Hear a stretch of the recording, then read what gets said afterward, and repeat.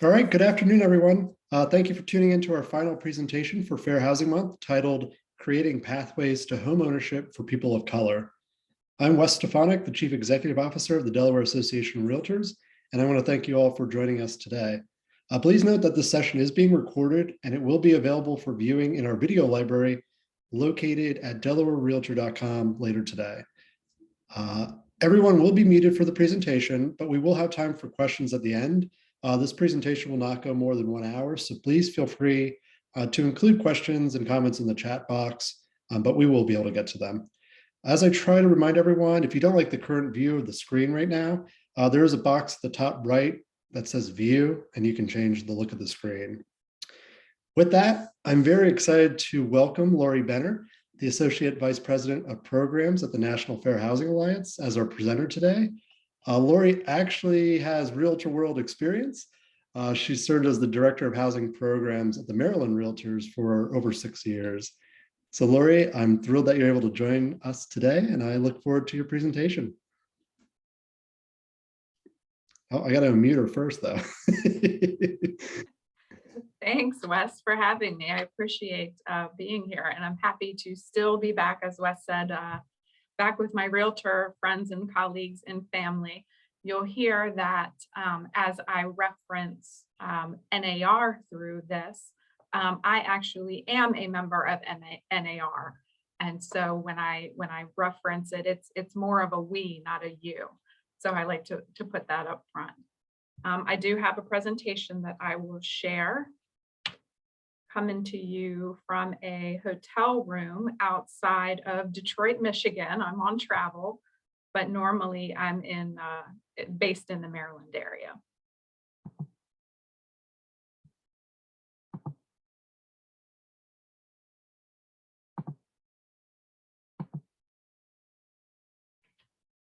Now the presentation today, again, it's called Creating Pathways to Homeownership for People of Color.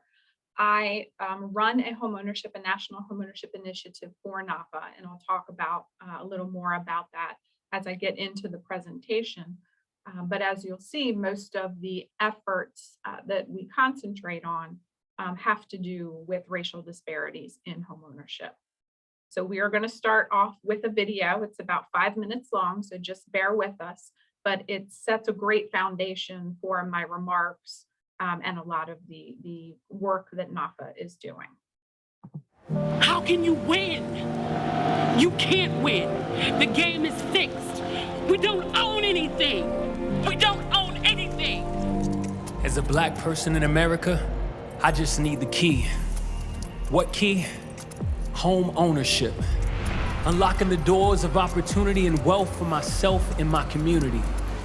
7 out of 10 white Americans own a home, while only 4 out of 10 black Americans own a home. The average white American's net worth is $171,000, but for black Americans, it's only $17,000. Do the math, that's 10 times more wealth. This gap in our country is a tragic disappointment. Something is wrong with our American dream. After 246 years of enslaving Africans, followed by 154 years of systematic oppression, are we surprised with these results? Just like any other American, I want to own a home, leaving a legacy for my family and community. But is the game fixed and not in my favor? Let's look to the past for answers. Sitting at the feet of my ancestors, they tell me stories of being stolen from their homes in Africa and sold as property. Stories of the American Constitution declaring that all are created equal, while simultaneously claiming enslaved Africans were only 3/5 human. They recall property. Tell me, how can property own a home? Sitting at the feet of my ancestors, they tell me how they were emancipated from slavery and exiled into 100 years of segregation and discrimination.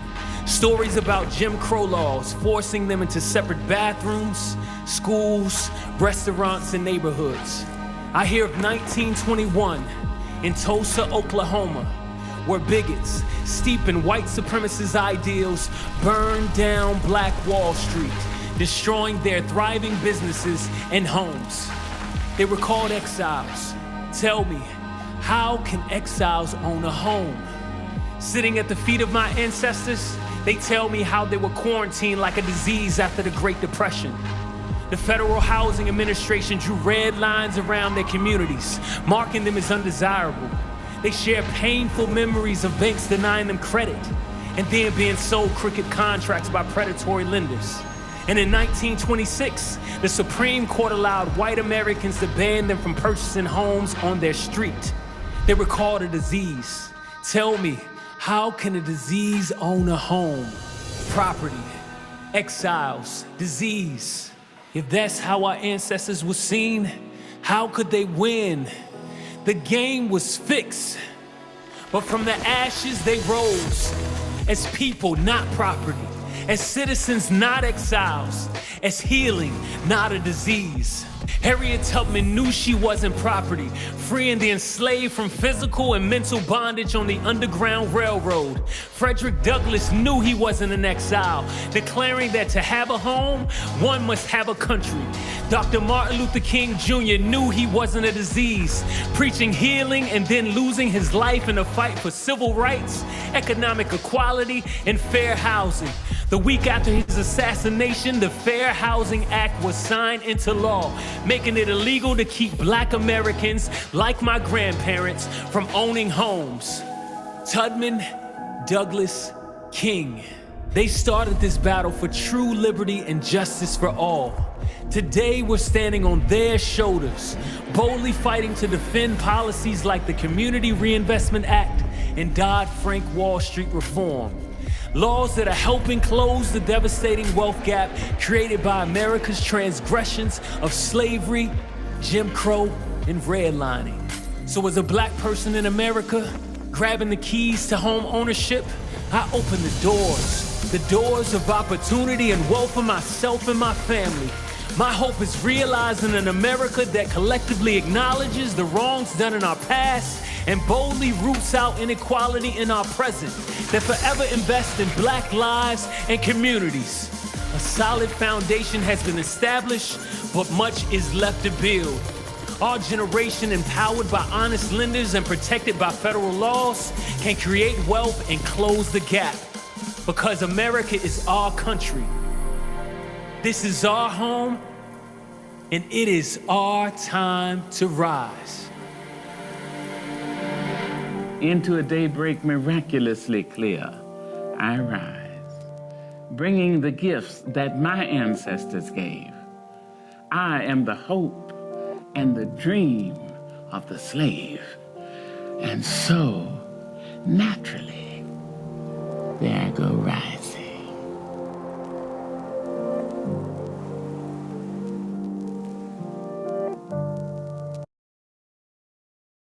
Pretty powerful stuff, huh? No matter how many times I watched that video, I've watched it probably dozens of times and it still gives me the chills.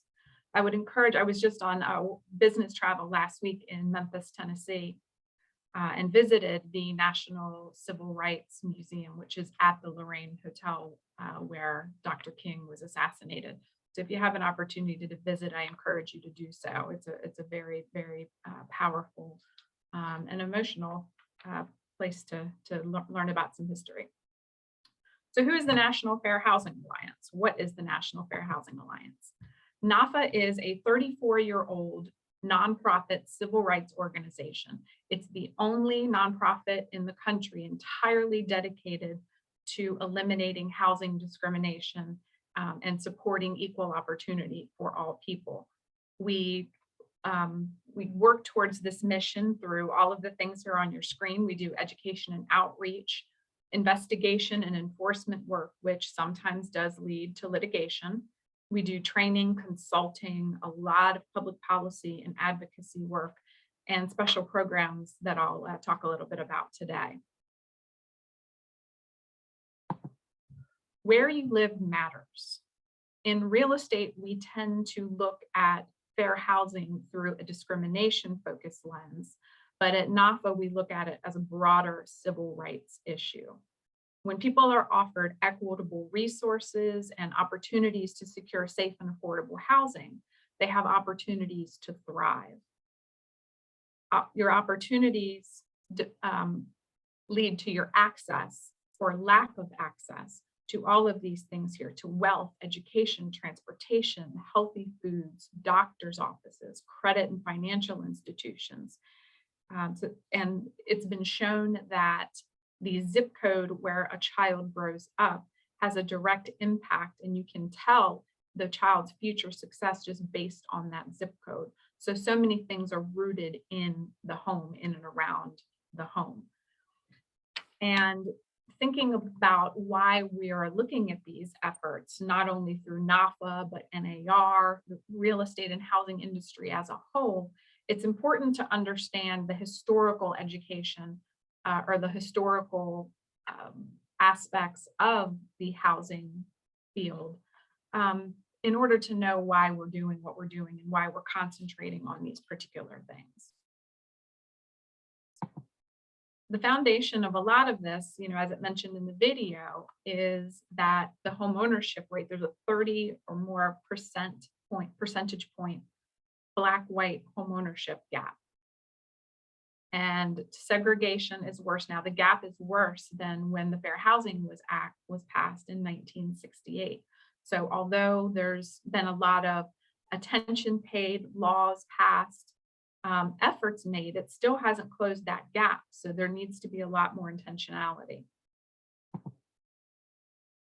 The racial composition of this country is exponentially becoming more and more non-white. It's predicted that in the next 20 years, there will be no racial majority in this country. So that has an impact on the homeownership rate, but also the Black-white homeownership gap leads to, there's housing value gaps as well, as you can see on this one chart here. It's been very clearly demonstrated that property held in Black hands is not worth as much as property held in white hands. Now, part of this conversation has to do with access to finance. NAFA partnered up with Zillow and did a big research study in 10 cities across the US and found, not surprisingly, that communities of color have far, far less access to mainstream financial services. Those neighborhoods tend to have check cashing stores, they tend to have pawn shops, payday loans, as opposed to mainstream banks. In fact, it's been demonstrated that banks branches are closing at a higher rate in affluent Black neighborhoods than they are in less affluent white neighborhoods. So that's a demonstration that really it's a race-based issue, not necessarily one of economic viability in particular neighborhoods. And of course, what does this lack of access to financial products and institutions mean? It means credit score disparities. US-wide, less than a quarter of Black individuals have a FICO credit score of over 700. And we have some breakdowns of various cities here. So you can see it's much lower in some areas. But to me, one of the stark things from this chart is the blue down the left-hand side. Those are folks who are missing FICO scores. So it's not just that individuals with lack of access to mainstream financial institutions have, poorer credit outcomes. It's that a lot of them don't have credit at all. And not only is that access a piece of that, but there's also a very well-earned overarching distrust of a lot of the financial systems. And so at NAFA, that's a big piece of the work that we're doing, is looking at credit scores. The credit scoring system really needs a complete and entire overhaul. The system as it stands right now is unfair. It creates these disparities, and there's a lot of pieces of financial, access and financial. I just totally lost my word that I was looking for there. But basically, when these communities have the lack of mainstream financial institutions and they rely on these outside sources, it leads to this credit invisibility and the things like paying for cable, that what's termed as alternative financial credit or financial systems, that's what I was looking for, alternative, is a great demonstration of someone's ability to pay the cell phone bill, the rent. All of those things really ought to be pieced together in modern credit scoring and credit determinations. So how did we get here? You know, now that we're more than 50 years past the height of the civil rights movement, we still have these really wide and deep disparities. Of course, what we're looking at here on the screen is a redlining map. The Homeowners Loan Corporation redlined hundreds of cities all across the US, deeming certain areas as being dangerous. And those, of course, were areas where Black people, immigrants, religious minorities, all of those particular areas were deemed as poor places to invest. And the FHA used these maps in their lending decision making. Compounded with that, Black veterans were denied use of their VA loans, restrictive covenants. In fact, Baltimore, where I'm from, has the dubious distinction of being the birthplace of redlining and of restrictive covenants. Those restrictive covenants were, of course, made illegal, but they still exist. So a lot of states are making efforts for a streamlined process to get rid of those from legal documents. There was also a lot of white mob violence involved with neighborhoods and with when integration started making some progress. Predatory land contracts were used for individuals of color. Residential zoning, the entire reason that residential zoning was created in the first place was to segregate neighborhoods and communities.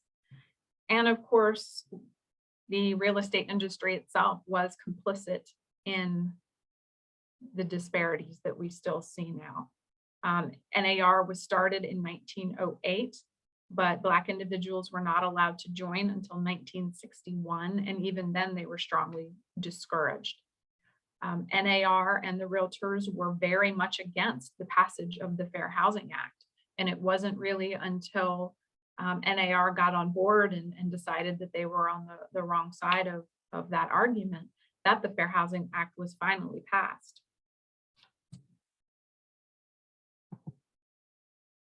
Again, these disparities, these inequalities still linger. There's a ripple effect to these modern day, what we term as modern day redlining, the mortgage denials, discriminatory lending, steering, appraisal bias, predatory practices.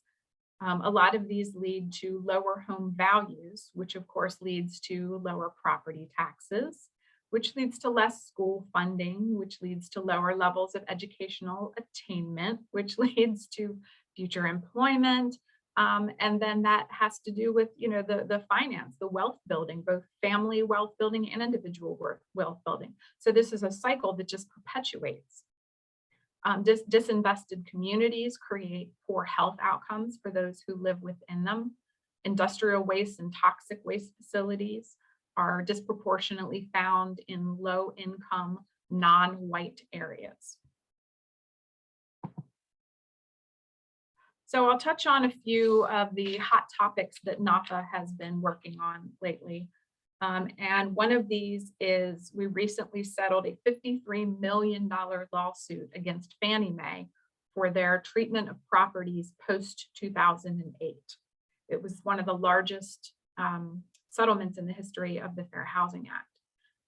What Fannie Mae was found to be doing was their foreclosed REO properties in communities of color, they were letting them just basically fall apart. They weren't maintaining the lawns, they weren't maintaining the exteriors, they were just letting them crumble apart, which of course had a negative impact on the neighborhoods and the surrounding communities, but they were keeping up those properties in the white neighborhoods. So there was a disparate treatment of the properties there. We also have settlements pending against Bank of America and Deutsche Bank for those same issues. So what this means is these settlement funds will now be dispersed in the communities that were harmed. So there's, I'm trying to think, I think over 20 different cities were involved in this settlement.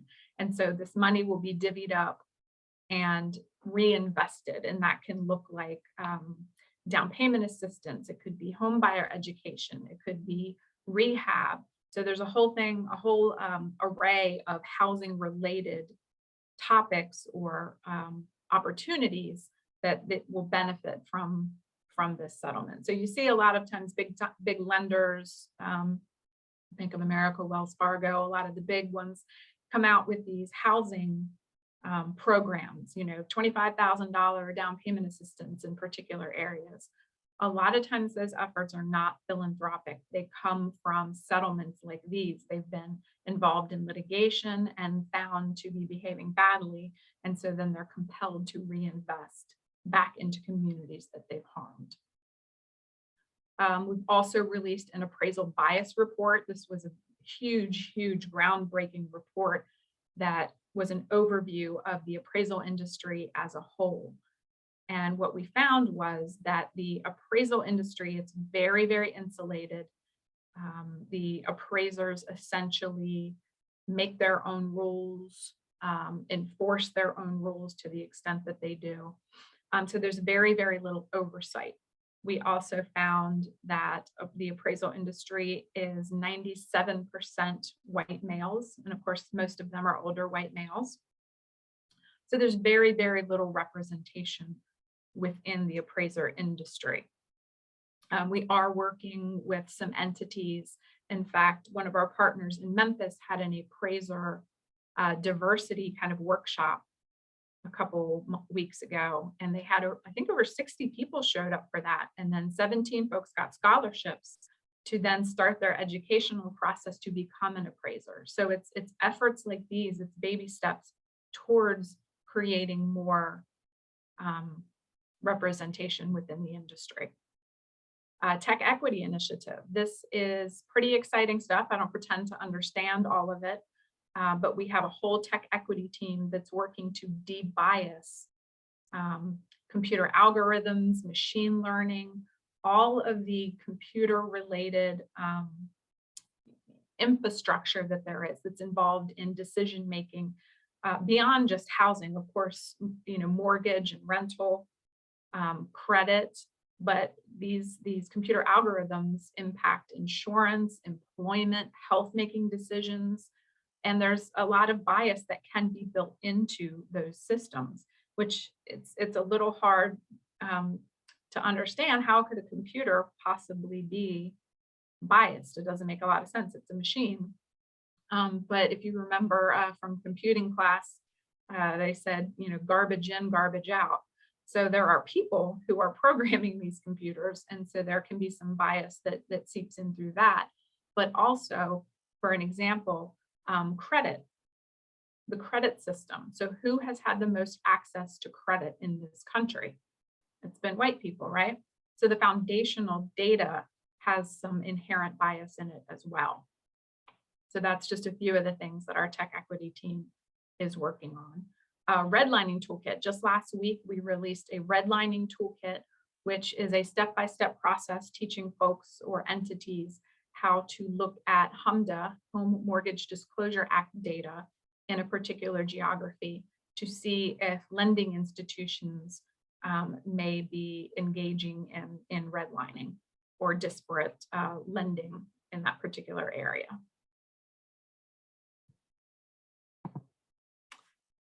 So we've talked a little bit about what the problems are. How did we get to where we are?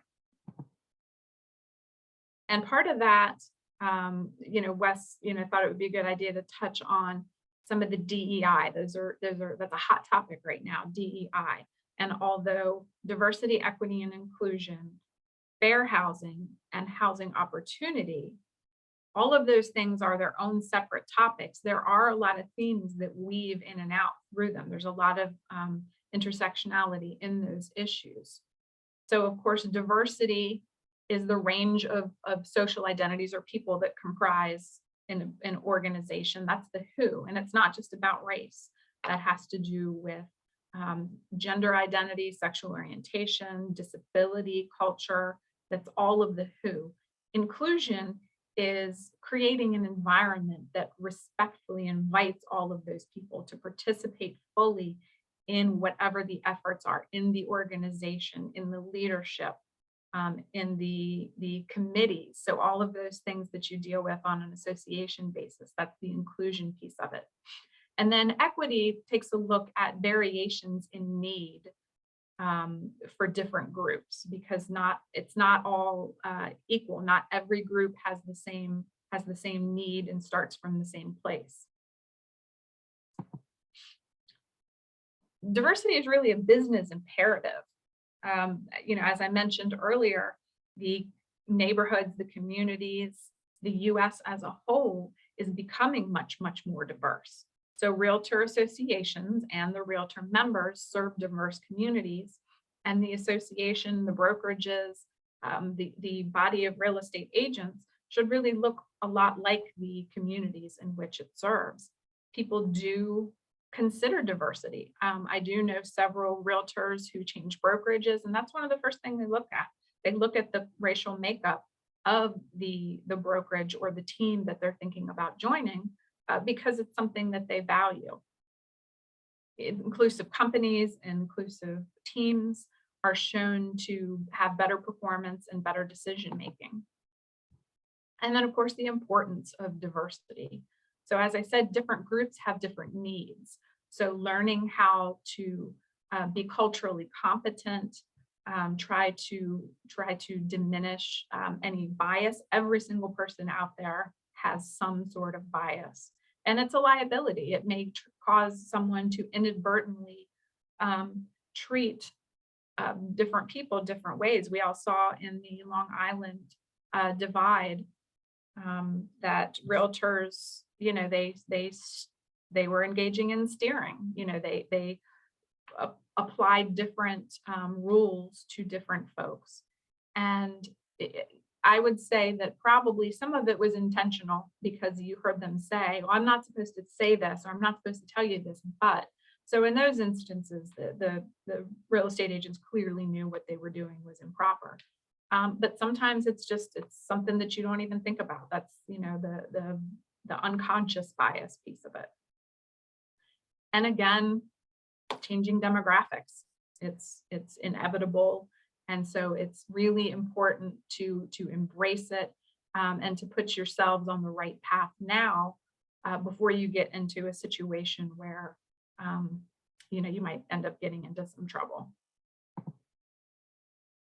We do need intentionality in our housing programs and policies. Again, it's not just good for the individual, it's good for the economy of the entire United States. And beyond that, part of that intentionality includes racially conscious or racially explicit solutions. So the disparities and the inequities that we have today in this country, they came about because of race, because of centuries of laws designed to segregate and deny opportunity to people of color. And so now we're at a place where we need to use race to get back out and to close some of these gaps.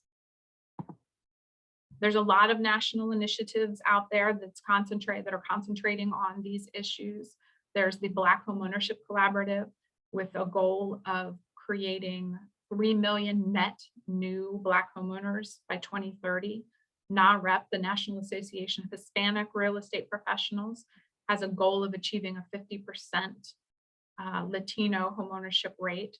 NAREB, MBA, ARIA, all of these organizations have their own initiatives and platforms. And so what that means is there's a huge amount of attention. There are folks kind of locking arms and moving forward together.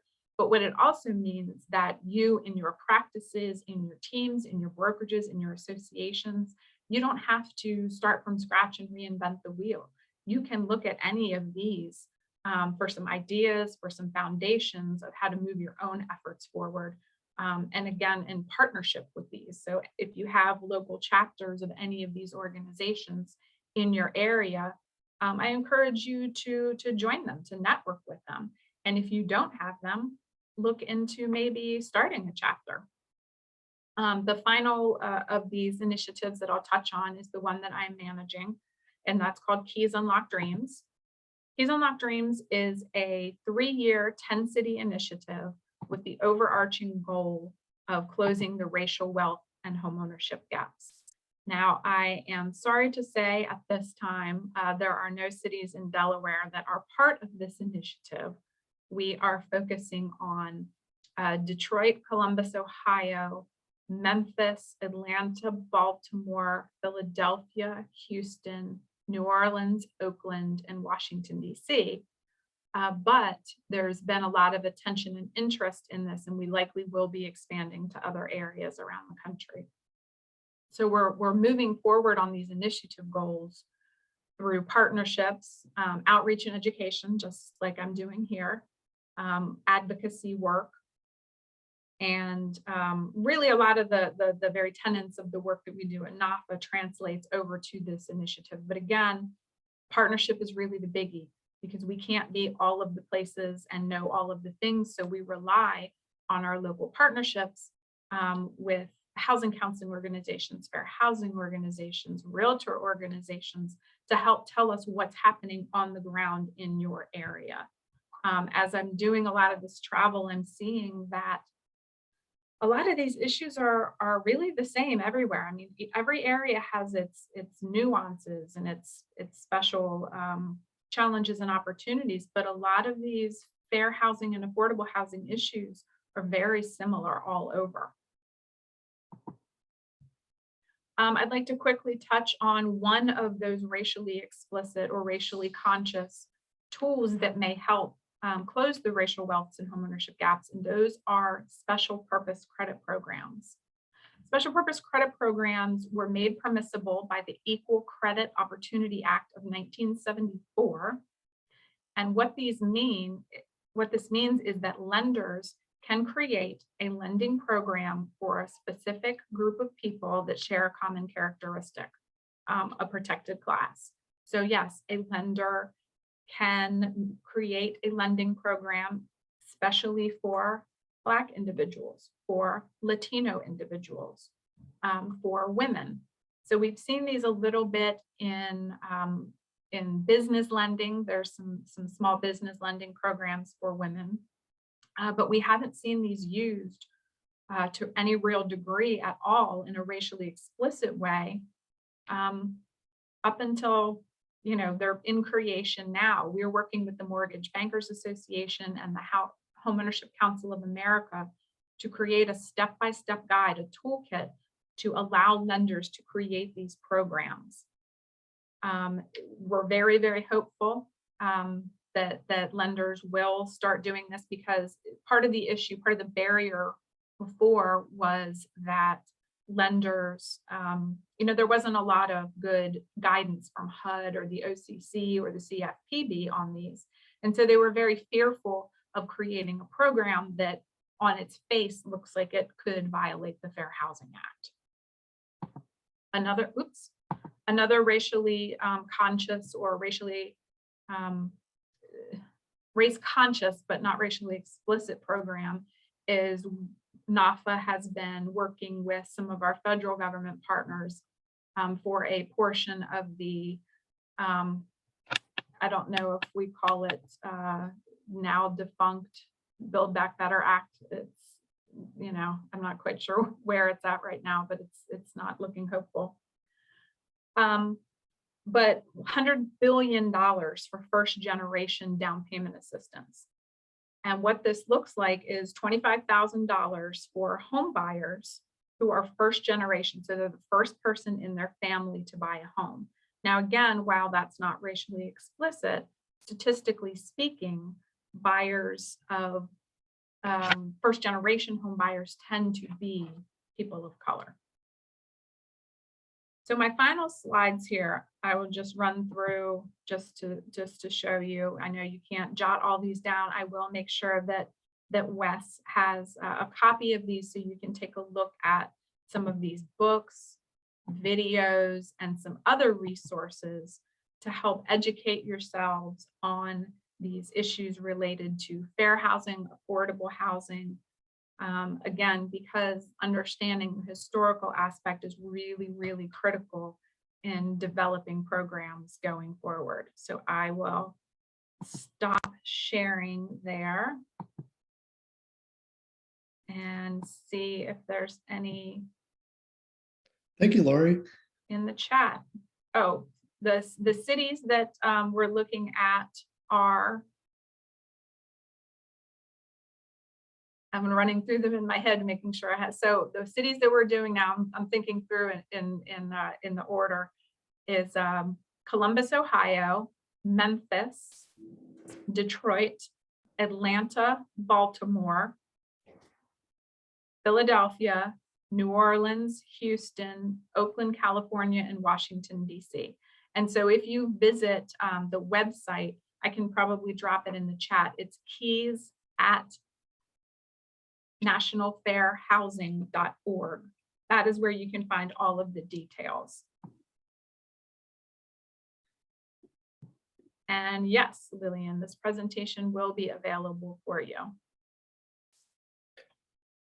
If anybody has any other questions, you can actually, if you'd like, just unmute yourself or any comments, feel free.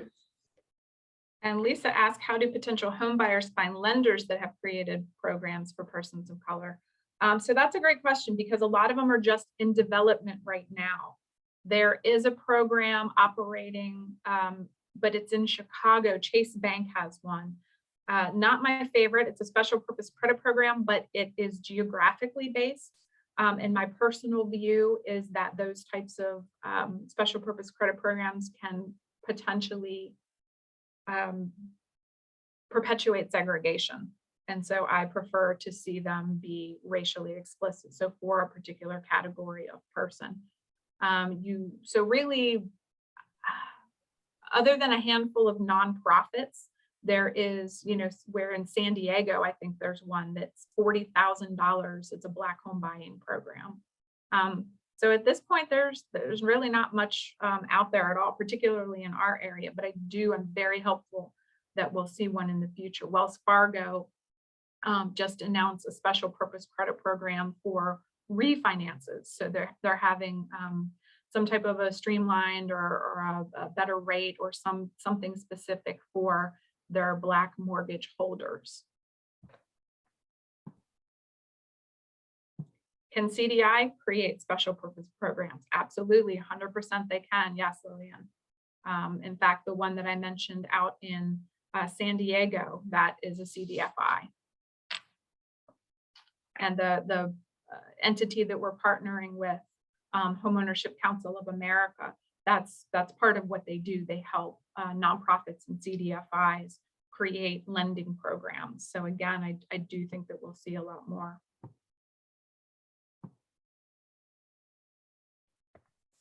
All right, anybody else? Give you another second here. Oh, there we go. Do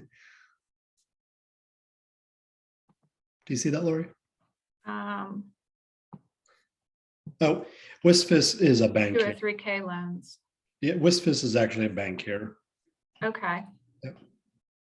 Oh, well, that's great, because that's actually a big issue. Like I said, I was just in Memphis and now I'm here in Detroit. And a lot of these areas, they have an existing, so it's not that there's a lack of inventory, it's just the inventory that's there, it's kind of crumbling apart. And so programs that for rehabilitation, rehab, acquisition, rehab, and 203K are hugely important.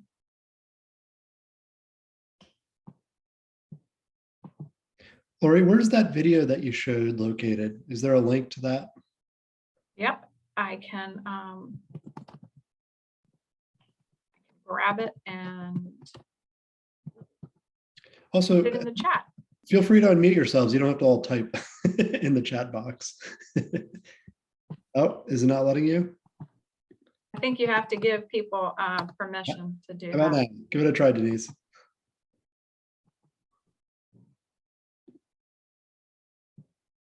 All right, here. How about this button? I think it works now. There we go. Okay. Thank you, Lauren. Number one. Are you there, Denise? Yes, yes. Jean, you had a question? You can go ahead. Okay, all right. First, Lori, thank you so much. I actually have two questions. Number one, would we be able to either look at the video or have you participate with our D&I committee for a meeting? Yes, and yes. I put the video in the chat, so feel free to use it. I Okay. use it in all of my presentations. I think it's pretty powerful stuff. It's And definitely yes, powerful. I'd be happy to sit in on a meeting or attend or participate or whatever you need. I did, when I was with Maryland Realtors, I did head up all of their DEI efforts as well as the Housing Affordability Committee. And so Maryland was one of the states that kind of really got out there in front of a lot of these issues. Because it can be overwhelming to think of how to start and what to do and what there's capacity for and funding. But I'm a strong proponent of NAR's grants. Absolutely. And the other question is, how would Delaware be able to participate in the program where all the other states are? Or is that something that we just have to wait and be chosen for? It is, so a lot of our areas, part of them were one, and I wasn't here for the inception and the creation of the program, but my understanding is some of the places were chosen just based on the fact that they have a very large Black-white homeownership gap. And some of them, frankly, were chosen because we had funding partners. And so that's a big piece of it. If there's an area that wants to fund their city, then we're open to that. But that's usually like a pretty big entity, a big corporation, or a big bank that has the money for those types of things. That makes sense. Thanks again. So BPG is a huge, they have a lot going on in the city. Has anybody, is there a way that we could reach out to them and talk to them about giving some grants and funding in the city of Wilmington to first-time home buyers, to minority buyers? We'll have to have that conversation somewhere else. That's a little too detailed for this moment. And I'm unfamiliar, so. I see that Trina has her hand up. Yes. Hi. So a couple of things with the programs that you have in other areas. I'm kind of interested in Baltimore specifically. What specific programs are they, and are they sort of crafted as years ago, back in that first crash where we had the neighborhood stabilization program?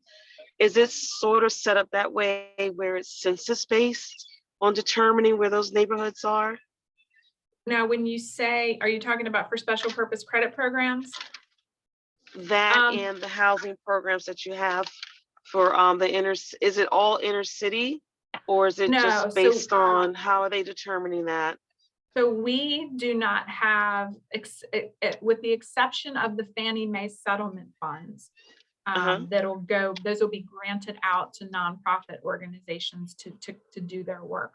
We don't have a program where we're giving out funds, providing funds. Special purpose credit programs, and I know what you're talking about, the NSP program, because I managed NSP for 4 years in Baltimore, which was City. Fantastic. I loved it. It was cool work. Perfect. Yes. But with special purpose credit programs that are geographically based, it's my personal view, that's not my favorite way to do it, because you're telling folks that they can only buy in a particular area, when really the point is you want these monies to go to folks who can choose where they want to live. Don't pigeonhole them into a community and perpetuate that segregation. Okay. Oh, I feel like I'm at the beach.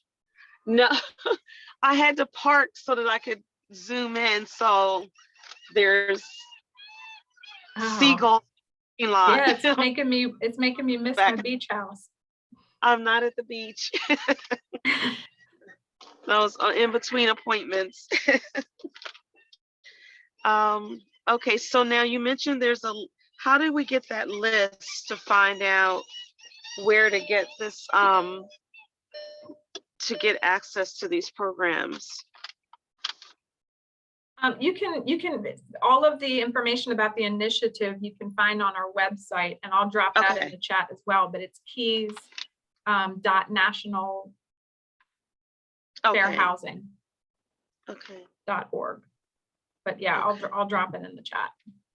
Okay. All right.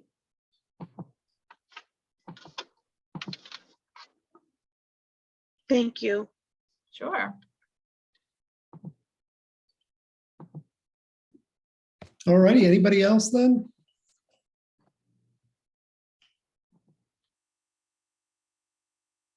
I will make one comment as a senior citizen on this chat. Thank you so much, Lauren. I think we're right now in a place where we must go to the macro, looking at what policies and things that impact this, because we're saying the same things for 50 years. And we're in a place right now, this is just important. And what you're doing is important. And our consciousness being raised is important. But I also challenge all of us for our industry to be sustainable, for our environment to be sustainable. We must adjust and address diversity, equity, and inclusion. And we can't keep doing the same things. I applaud you, Lauren, for what you said, number one, because many of the programs still encourage segregation, whether it's like, say, Habitat for Humanity build, we're putting people back in like, say, a 10-year lease in the same place. And in 2 years, they'll want to move and they cannot move because that's part of the contract. So I thank you and applaud you for the wonderful programs and efforts. Have a great one. And be safe in Baltimore. No, you're in Detroit now. Is that where you are? I'm in Detroit now. Yep. That's right. I paid attention. You know, it's really interesting. So Jean mentioned senior citizen. So when I was in Memphis, there was a particular neighborhood there called Whitehaven, and I met with the community leader there about affordable housing. And he said, we do not need affordable housing here. He said, I know that sounds crazy. He said, but what we need here is senior housing. I have all of these seniors who want to move out of their homes, move into a place that they can't, you know, that they don't have to maintain as much. He said, so they all move, housing stock opens up for folks to move into. He said, really what happens is if we build affordable housing, some of the folks here will move, but a bunch of people from out of here will move in, and then we still have the same problem all over again. So I thought that was fascinating. A fascinating admission, because where in the world would you ever hear someone say we don't need more affordable housing here? So I learned something new every trip I go on and every person I meet.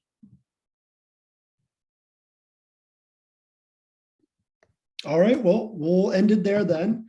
Lori, thank you so much for joining us. I really appreciate you taking the time today, even you just jumped off a plane to be here with us. So And it did, yeah. So much. And it was snow flurrying here too, which was completely insulting. I'm mad about that. But at any rate, thank you for having me. I really appreciate the opportunity. And I know that I will see you, Wes, and I hope to see some of the other folks here at the NAR mid-year meetings in a couple weeks.